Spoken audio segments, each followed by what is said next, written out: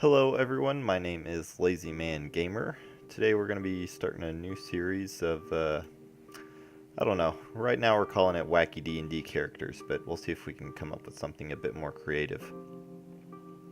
The basic idea is that I have this D&D character randomizer, and what we do is we hit the buttons, the random buttons. Where is it? It's under data. We'll hit the sort button. This pops out random numbers, sorts them by those numbers, and it will give us a race, a class, and a gimmick of just a few things that I've come up with. You can pause the video and kind of scroll through those. Some of them are maybe professions, maybe limitations, just different types of things. If you have an idea of something that you don't see on here and would like to see on here, then go ahead and comment down below and we'll get it added if it's appropriate. These are the numbers that I'm using standard on all of these characters that we're going to be making. They're a little bit lower, I think, than your regular random rolls. They are for sure a little bit lower than a 27 point buy system that Dawn Forged Cast and others use. I think they're a little bit higher than the standard array in the player's handbook. I think you've got two dump stats that you can maybe do something with, a moderate stat, two decent stats, and a great stat. I think that's pretty fair. So the way this is going to work is we're going to roll. We'll get our class, and then if we roll something like a dwarf, we'll roll a d4 or something to figure out if we're a hill dwarf or a mountain dwarf. For the class, it's the same thing, except a little bit different. All of these characters, unless something in our gimmick tells us differently, are going to be multi-classed. So we will always take the Warlock up top and the Barbarian down bottom. And again, we will roll to see which of the sub-class features we will be taking. And then, of course, we will roll. We'll take this top result, and that will be kind of the gimmick that we try and work into our character for the most part. And again, our ability scores. So this is actually what I have already done. I rolled these a while ago on camera, and then I just kind of decided that the format of the video that I was doing, I was kind of explaining it to you as I was making the character, and we're going all the way up to a 20th level character. It got a little bit long, and I was like, nah, I need to cut this and present it in a different way that's a little bit shorter, more manageable.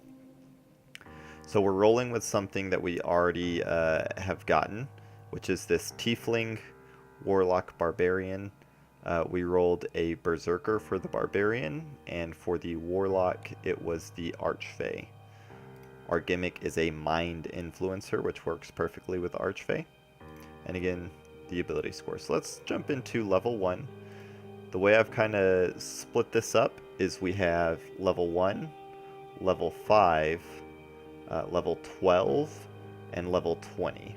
And I think that gives you a good spread for any idea of where you are, kind of your starting off point level 1, your beginner level 5 character, your level 12 character where you're really kind of getting into your meat and potatoes of this is what my character is going to do all the time. And then your level 20, this is kind of what your character is going to be looking like at the end and some cool stuff they're going to be able to do. So we'll just do a quick rundown of the details of the character, the backstory, the actual character sheet, and then the spells as well. So we have our character name here, Lazy Man Gamer, of course, experience points 0, player name LMG. So for our class, we'll go ahead and actually delete this. Some of this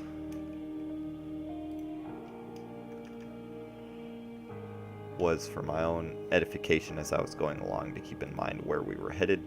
You can maybe tell by those numbers that were there, we're going to be in 18th level Warlock and a 2nd level Barbarian. And again, Archfey is our subclass. And again, we don't need that for... Actually, we do at 1st level. Warlocks, unlike most other classes, they have their subclass at 1st level. So we are a Tiefling. We're Chaotic Neutral. Chaotic works perfectly with a Tiefling. With this Mind Influencer idea that we have going along, I think the Neutral is going to go along with that well. We'll just run through our personality traits, ideals, and bonds, flaws real quick. This doesn't really matter for the most part. You can change them. I took all of these actually from an Acolyte and Charlatan background, and I think it worked out pretty well. Usually what I do, I always do a custom background ever since I learned that it was a thing. Basically, you take 2 skills, 2 languages or tools, which we'll get into in a minute, and then personality traits, ideals, bonds, flaws from whatever, and you take 1 feature. So if you'll see up here, Performer obviously isn't a background, but Soldier tells us that that's where we're going to get this military rank feature from. And we'll go over all this in a minute, kind of the idea that I have for the character, or at least why we took those things. So personality trait, I can find common ground between most enemies, empathizing and working towards peace. Flattery is my preferred trick for getting what I want. Our ideal is I am a free spirit, no one tells me what to do. Bonds, I owe everything to my mentor, a horrible person who's probably rotting in jail somewhere. And there should be an E in somewhere. And then our flaws is I am suspicious of strangers and expect the worst of them. So, personality trait, flattery, it kind of deals with that. We're a charismatic character for sure, which you'll see once we get into our stats, and you've probably been able to pause and look through this whole character sheet already if you haven't done that. But high on charisma, high on charming people, influencing their mind, frightening people as well, but we prefer charming. We'll take that first if we can get it. And then we also find common ground between most enemies. And again, it's our propensity for wanting to flatter someone and charm them instead of frighten them away. But we're going to get pretty good at that as time goes on. I'm a free spirit. No one tells me what to do. Again, that has to deal with being a mind influencer. We're wary of these suspicious strangers. And we're wary that they might be influencing our mind. So no one tells us what to do, and we're not going to trust them anyway. So we'll go down our stats next. We have a 13 in strength, which gives us a +1, an 18 in dexterity, which gives us a +4, 17 in constitution, +3, 10 in intelligence and wisdom, those are both zeros, and then an 18 in charisma, which gives us a 4. We have saving throws in wisdom and charisma. All of the skills that we have taken are, for the most part, dexterity, or not dexterity based, charisma based. So the persuasion, performance, perception, intimidation, and deception.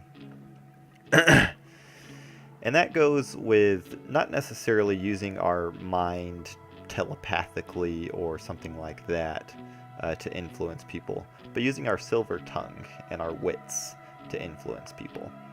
And so this is where we're really going to shine. And then stealth, just as a, it's always beneficial. We'll pick up Skulker as a feature pretty late, but it'll help us hide, keep out of sight. Invisibility is going to be a big deal for this character as well, as we kind of get into the meat and potatoes as we've talked about.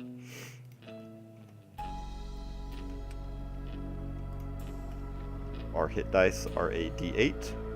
D8, the total of 8 for first level plus 3 gives us our current hit points. Armor class. So I'm actually certain that we need to change this for levels 1 through 5 to where it's just 15. And then this shield we're going to have to get rid of as well. and go to 10 gold points. The reason being is that we do not have proficiency in shields, only light armor. So we're going to pick up proficiency with shields around 6th level. And that's when you're going to want to pick up your first level of Barbarian, and that's where you're going to get that proficiency. And the benefit there is that once we do that, it's going to really drastically improve this armor class. 15 is nothing to blow your nose at, but it's not great. And for the abilities that we have, we really need something that's going to keep us from getting hurt in combat. Hopefully you have a DM who is nice and doesn't try and kill his players, but sometimes things happen and the dice are just against you. So it's nice to up this armor class whenever you can. Our initiative is +4 from our dexterity, base speed of 30. Proficiency bonus is 2, that's standard for... I've chosen to take the light crossbow, again with that low hit points and low armor class. We're going to want to stay as far back as possible for really most of our adventure. And our dexterity is going to give us some pretty good bonuses to fighting at range once those spell slots are used up. Daggers with finesse, if we do need to get up close, can be useful as well, although they don't deal much damage, so you might want to pick up some poison or something like that. We have a quarterstaff. We'll get rid of that once we pick up Barbarian and get some better proficiencies with different weapons. I think we pick up a rapier, and it just helps us with our damage output, as well as being able to keep up with our bonus in strength, keep it equal to kind of what our dexterity is.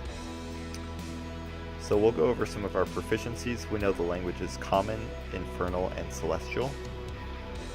As our mind influencer, I like to think that whenever we're trying to frighten people, we're using Infernal, that harsh language, demonic language that we kind of subconsciously, for no reason, Infernal's a made-up language, but we all think of it as kind of a harsh tone.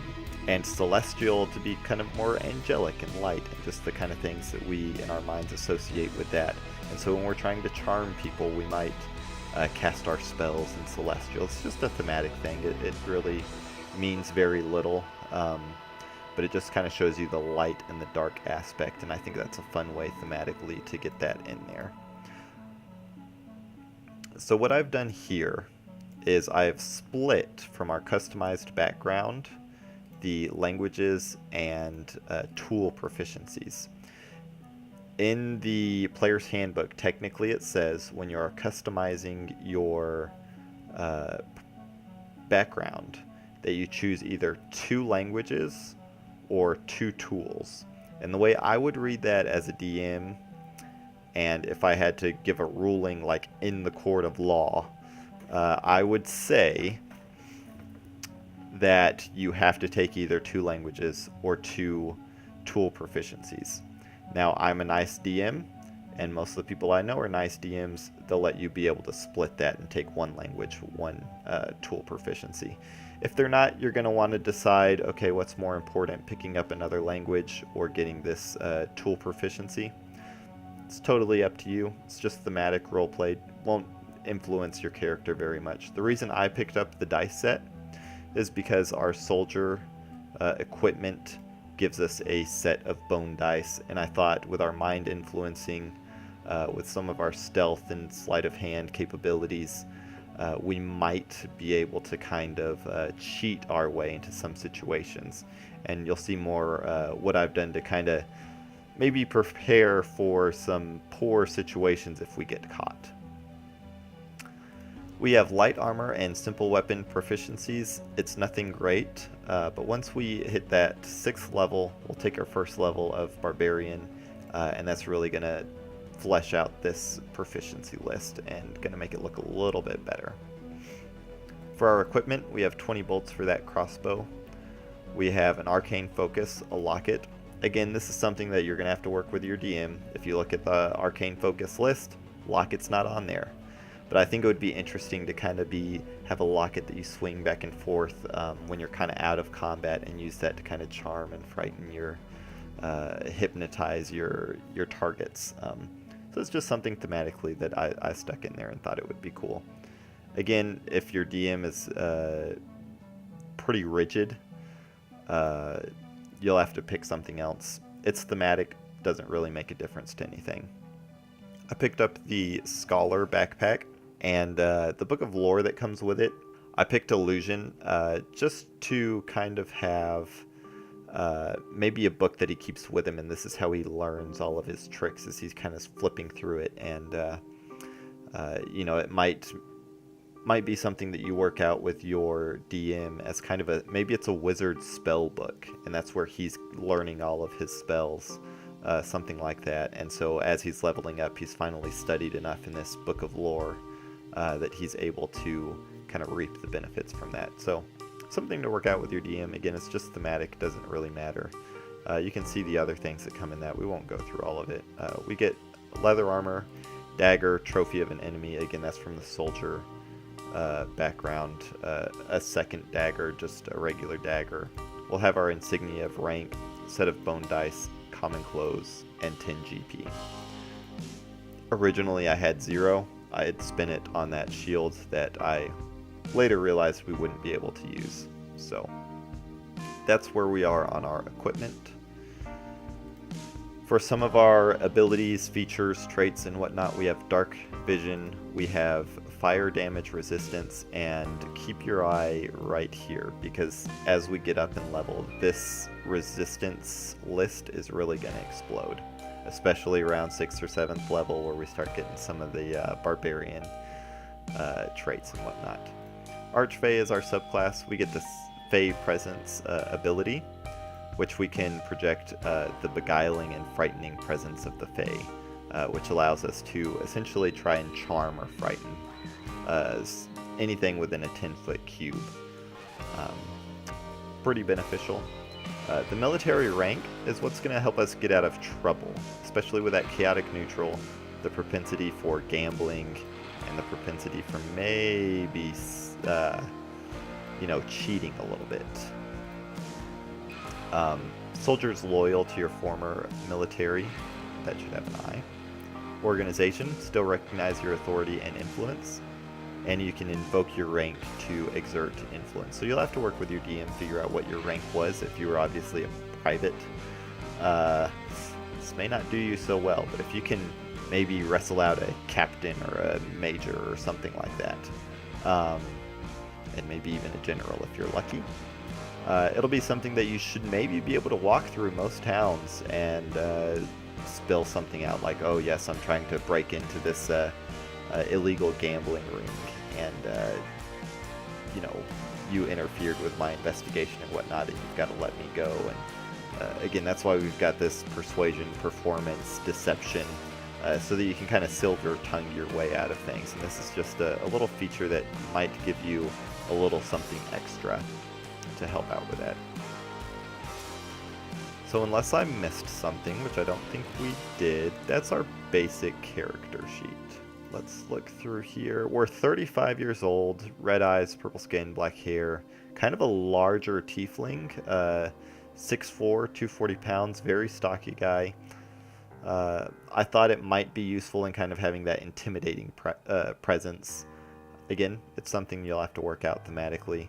We've got our backstory here. You can pause that and read through it right now if you want. I'm going to come back to it and kind of talk through it. It's what I rolled up using Xanthar's guide. And I think it's a good example of just what you can come up with sitting around rolling dice for 5 minutes. You get this blurb that's a kind of decent backstory. So I'll show you that just for that purpose. From now on, I might have this filled out for other characters and just leave it where you can pause and read through it if you want. But I don't think we'll read through it every time, just because you might decide to do something for your own self, and it'll be completely different. Okay, Warlock spells. Charisma is our spellcasting ability. Spell save DC is 14, spell attack bonus of 6. This will completely drastically increase as we get our proficiency bonuses up. Really a spell save of 15 or higher is kind of where you want to be. We'll get that pretty quick by the time we get to 5th level, and that'll be really beneficial. Spell attack bonus, I actually don't know if we ever take an offensive spell. We might. So this isn't really going to be a big deal. But again, a +6 isn't too bad. Okay, so our cantrips. We have Thaumaturgy, which we get from being a tiefling. Prestidigitation, Minor Illusion. We have 1 spell slot at 1st level, and we will have the Charm Person and Sleep. Sleep's going to stick around with us for quite a while. It's a pretty useful spell. Charm Person will get different spells that do a little bit better. And you're really not going to see the progression of the spell lists, because pretty much every level you're going to want to maybe switch some spells out, pick up a new one, drop one of the old ones, pick up something that's a little bit better. Warlock kind of stinks in that you get 1 spell slot. Thankfully, I think with this build we get enough racial features, or racial features that the abilities like Thaumaturgy will get. I think it's Darkness even? I don't know. We'll see when we get there. Hellish Rebuke as well. And some other spells that we can kind of cast at will without expending a spell slot that I think will help us be useful in battle without just being a 1 or 2 hit wonder, especially until we get past level 5, when we get 3 or more spell slots. Be creative with it. That's kind of what D&D is being creative. So don't look at these and say, oh man, we don't even have Eldritch Blast, what are we going to do? We're kind of hosed. Try and think about, okay, how do I use these things in a more beneficial and unique way to where you can say, yeah, I've got this Warlock, don't even use Eldritch Blast, don't need it. It's, you know, D&D is not all about damage output all the time. Sometimes it's about creative, and that's kind of what we're trying to show with these characters. So this is level 1. Give me just a second. I will open up the documents for level 5, and we'll run through that real quick.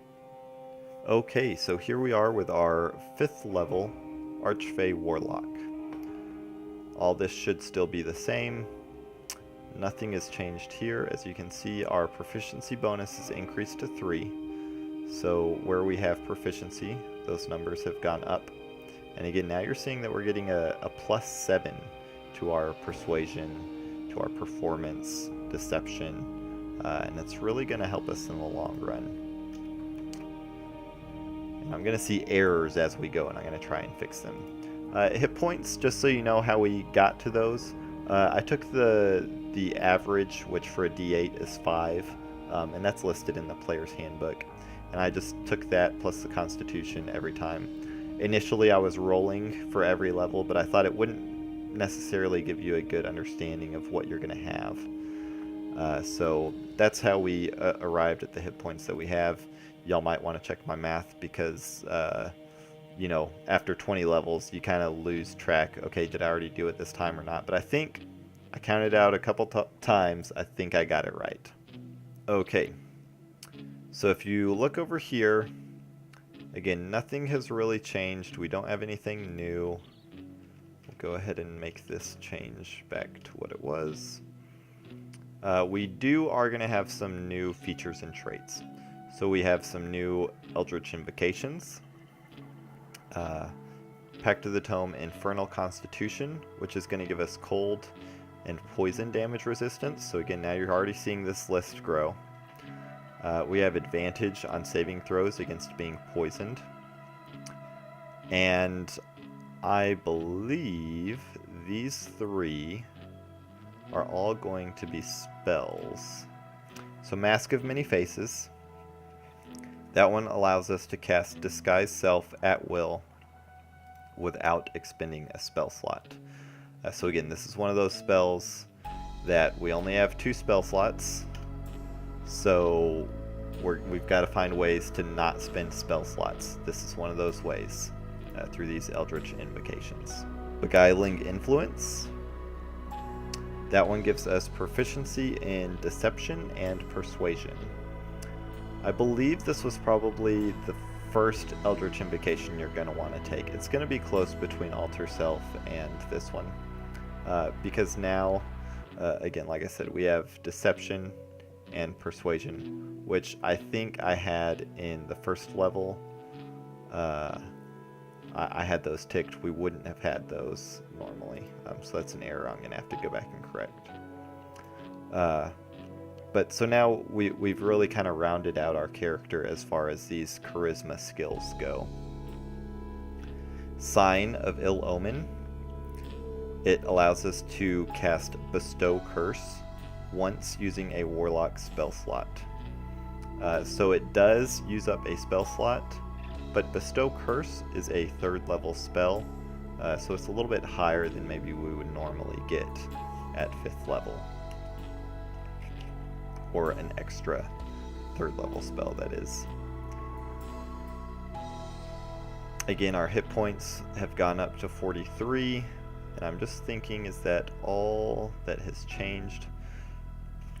Pact of the Tome, what that does is it gives us a book that allows us to have 3 cantrips from another class, and that's where we got Mage Hand, Message, and Infestation. And again, that's an error from the last character sheet. At 1st level we would not have these 3, we would just have these 3 up here, and that's just the product of me trying to save and work as things go along. But you get that at 3rd level, so at 3rd level you'll be able to pick up Mage Hand, Message, and Infestation. Our proficiency bonus has gone up, so again these have gone up, but then also our spell save DC is now 15, spell attack bonus is 7, and that's kind of that level where I like to be. If my spell save is below 15, I really get uneasy about whether I want to cast spells that rely on a spell save. We'll go through what spells we have at level 5. Disguise Self. Initially, I had thought about dropping Celestial and picking up a Disguise Kit, but we get Disguise Self pretty early on, so this was useful to be able to take it and not have to waste a tool proficiency for a Disguise Kit. Sleep. Hellish Rebuke, which is a racial ability, and it doesn't take up one of our spell counts. It does take a spell slot, but it does not count against our number of spells that we can know. Same with Darkness. Mirror Image, Suggestion, Fear, Enemies Abound, Hypnotic Pattern, and Bestow Curse are the spells that we're going to end up with at 5th level. Again, at this level we really don't have very many spell slots. Just going to double check before I write it in. Yep, it's 2. So we have a plethora of spells to use, but we only have 2 slots. So you're going to want to be real careful.